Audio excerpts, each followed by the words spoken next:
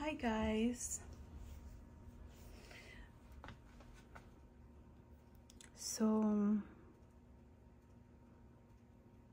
I just wanna do a little bit of maintenance sa mga ito. Mga ano to guys, yellow coneflower. Ayan.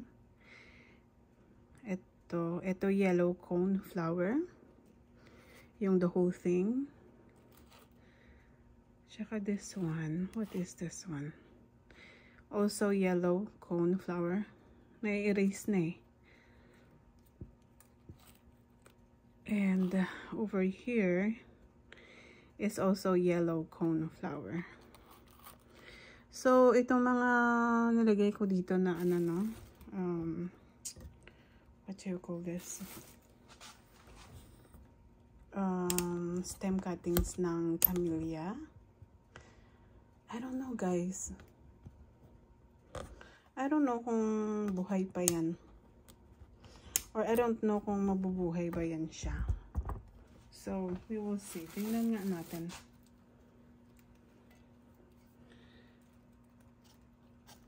Eh.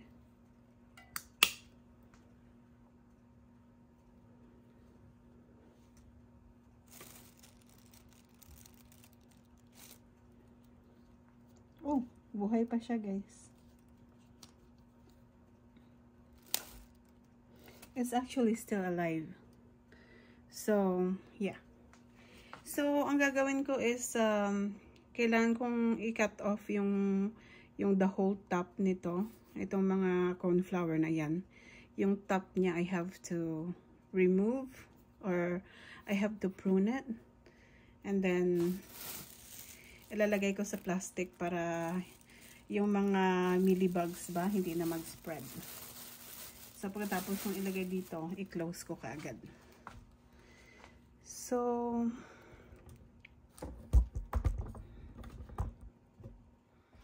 ayan.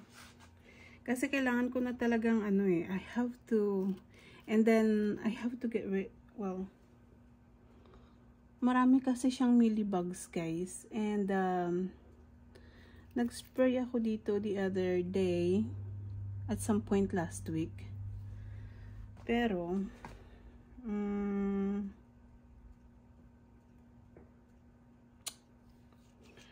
I don't feel like doing that. I feel like I should spray it again. What you guys think? Dami kasi talagang ano, daming mealybugs. Bakit ganun? Kahit sa nakatago sila eh. Nakasiksik eh.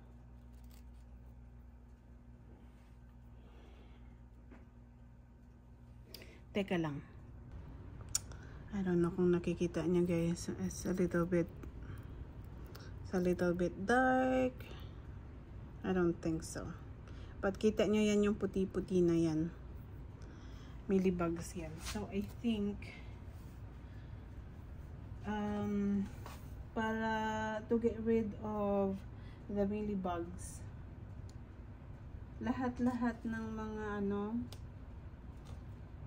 lahat-lahat ng mga dahon ng coneflower guys,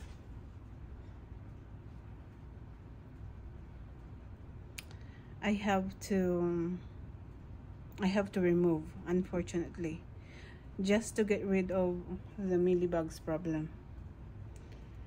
Kasi hindi ko sure kung nagwo-work nga yung pesticide na ginamit ko.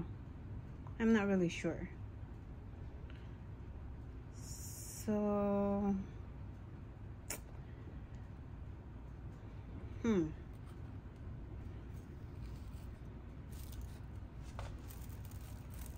So, ganito guys, oh.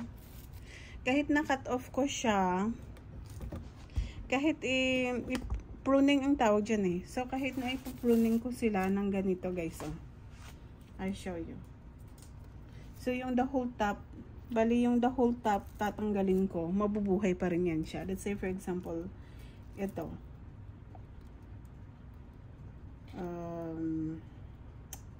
Nasasayangan kasi ako eh. Paano ba yan?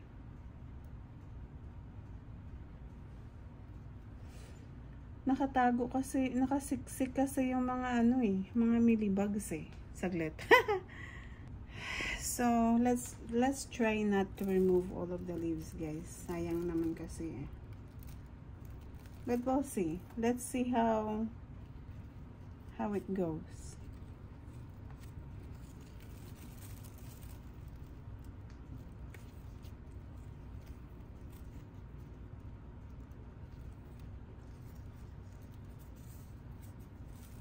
Ini-inspect ko kung may ano ba. Meron bang mealybugs yung dahon. It looks like yung mga maliliit lang merong mealybugs issues eh. Yung mga maliliit na dahon kagaya nito, guys. Oh.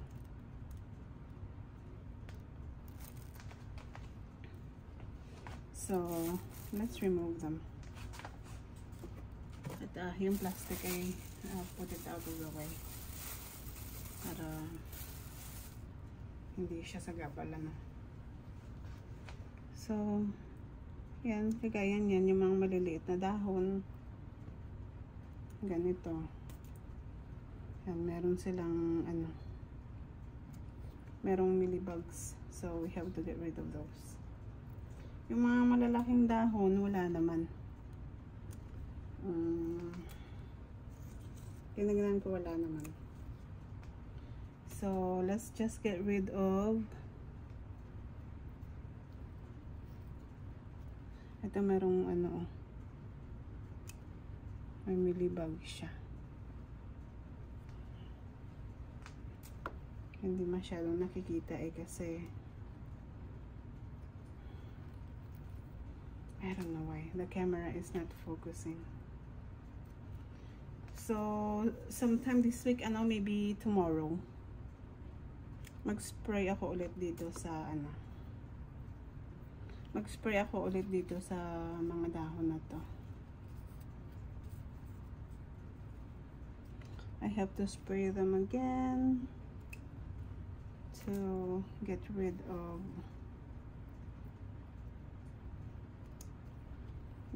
the problem, hopefully, para hindi sila dumami, guys.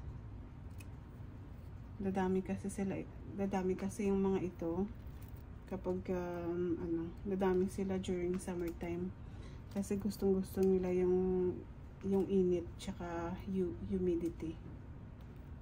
They love it. So, ay sus Maria. So this one, I don't know about this one. Ang hirap eh.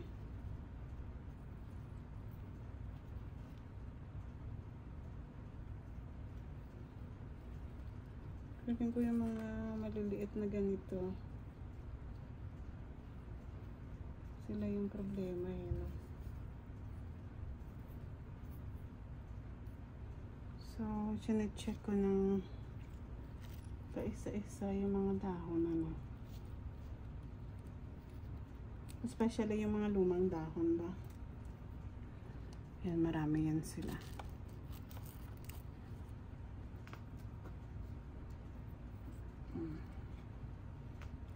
Maganda hulog sila sa soil. So, pick up na rin natin.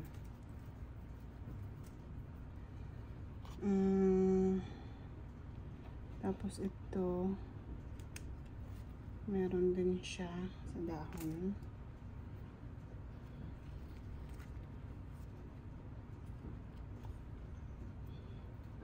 Basta pag meron, tatanggalin natin. Yung mga dahon kasi, guys, tutubo naman yan sila eh.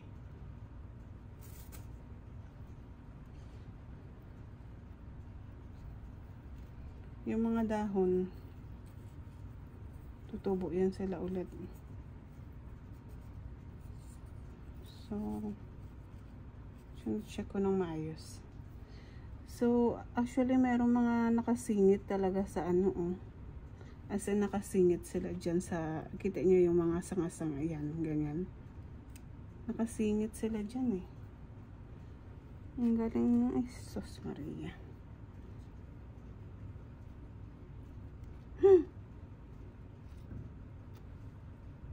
Ang galing magtago, eh, no? Sa kasingit-singitan.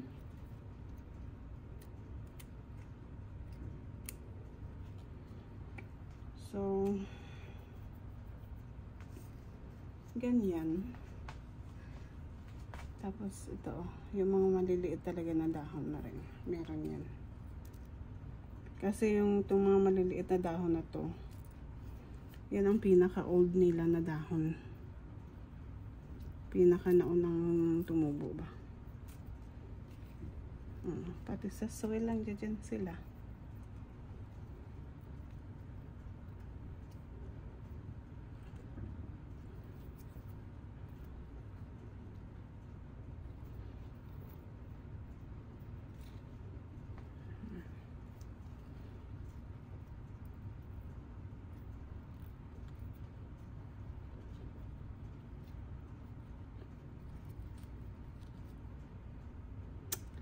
I don't know kaya if I'm gonna use the alcohol. May alcohol kasi ako dito eh. What if I spray an alcohol? Ay hindi, wag guys, baka baka mamatay yung plant. Ayun, kahit na maliliit na mga dahon meron. Hirap-hirap pa namang pulutin yung mga maliliit na dahon.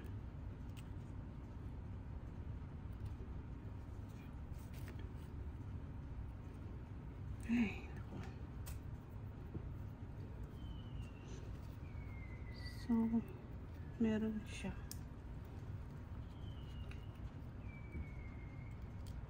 So, okay lang talaga guys, pang tatanggalin yung mga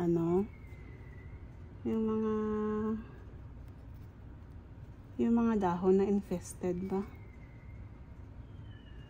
Mabuti na nga tanggalin natin sila eh, kaysa naman sa may problema tayo sa later on.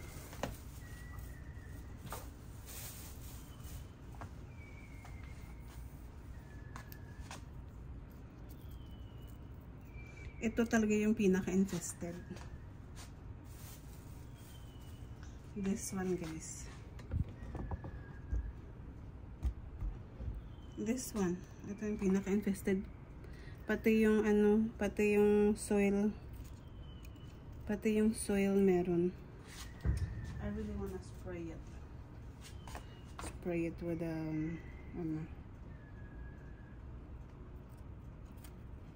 grabe.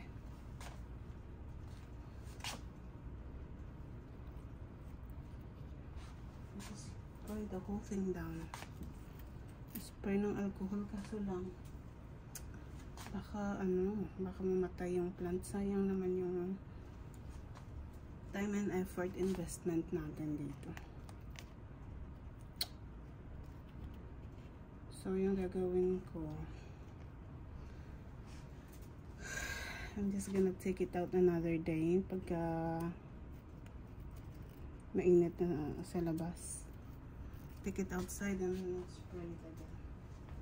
Kasi yung pag-i-spray ng insecticide, dapat yan siya, regular.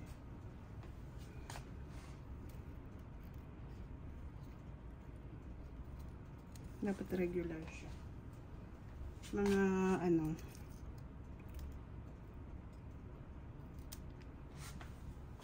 7 to 10 days. Every 7 to 10 days. Ay, naku. Yung mga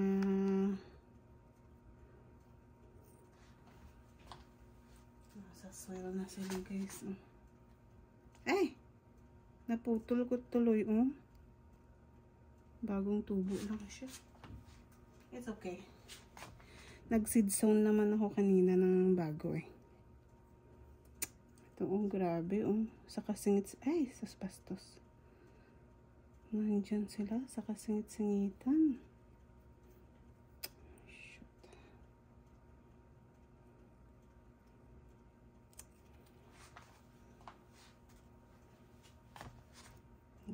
my God, grabe ang infestation itong nagkakandahulog pa sila.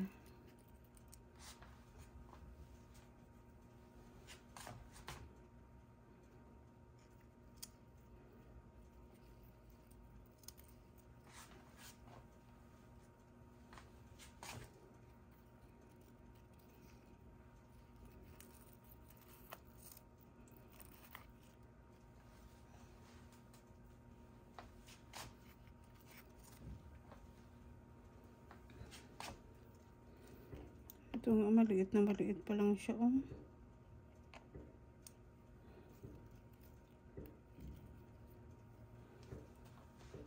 Ang talagang ano. Ang dami na siyang millibugs. I should really use a tong. Meron naman ako niyan, pero nakatago pa rin siya sa box. Hindi ko pa kasi na-open yan. I have to look for it. Or maybe it's in the storage. I don't know, guys.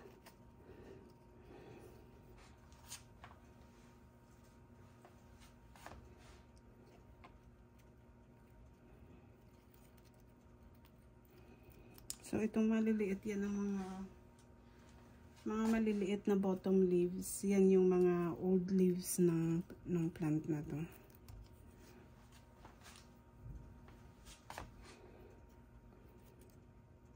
Ay, naku. Sayang naman yung mga dahon na to.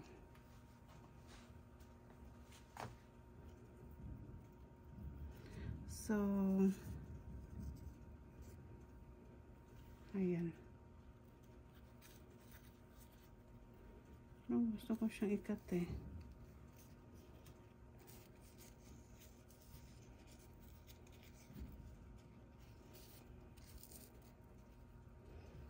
Yung iba kasi malilinis talaga yung ano niya. Yung underneath ng dahon ba? Malinis. Yung iba lang. Not all.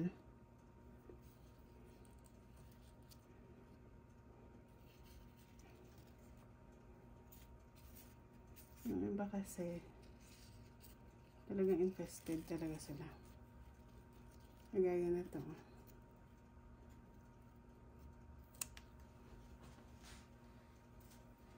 Marami siyang ano.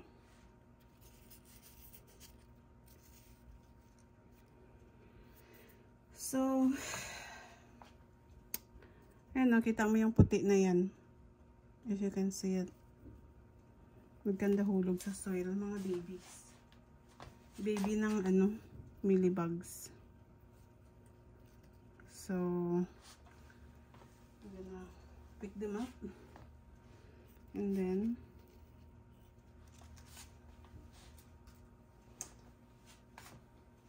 parang gusto ko siyang i-spray eh.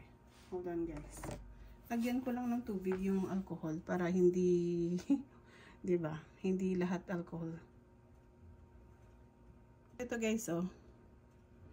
Alcohol. Gagamitin ko lang siya pang spray. Hopefully it's gonna work. Konting-konting alcohol lang talaga nilagay ko dito. Para mga isang kutsara. So, let's go ahead and spray yan sa bottom, ano. Kasi kahit na yung soil meron talaga.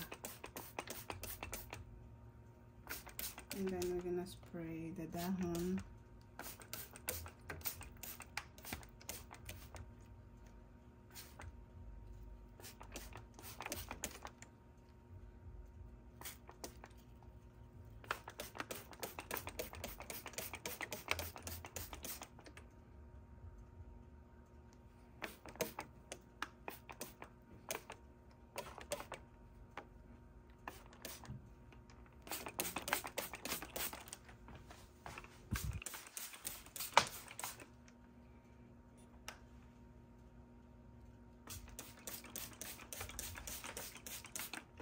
So, I don't know guys. I hope it's not gonna die.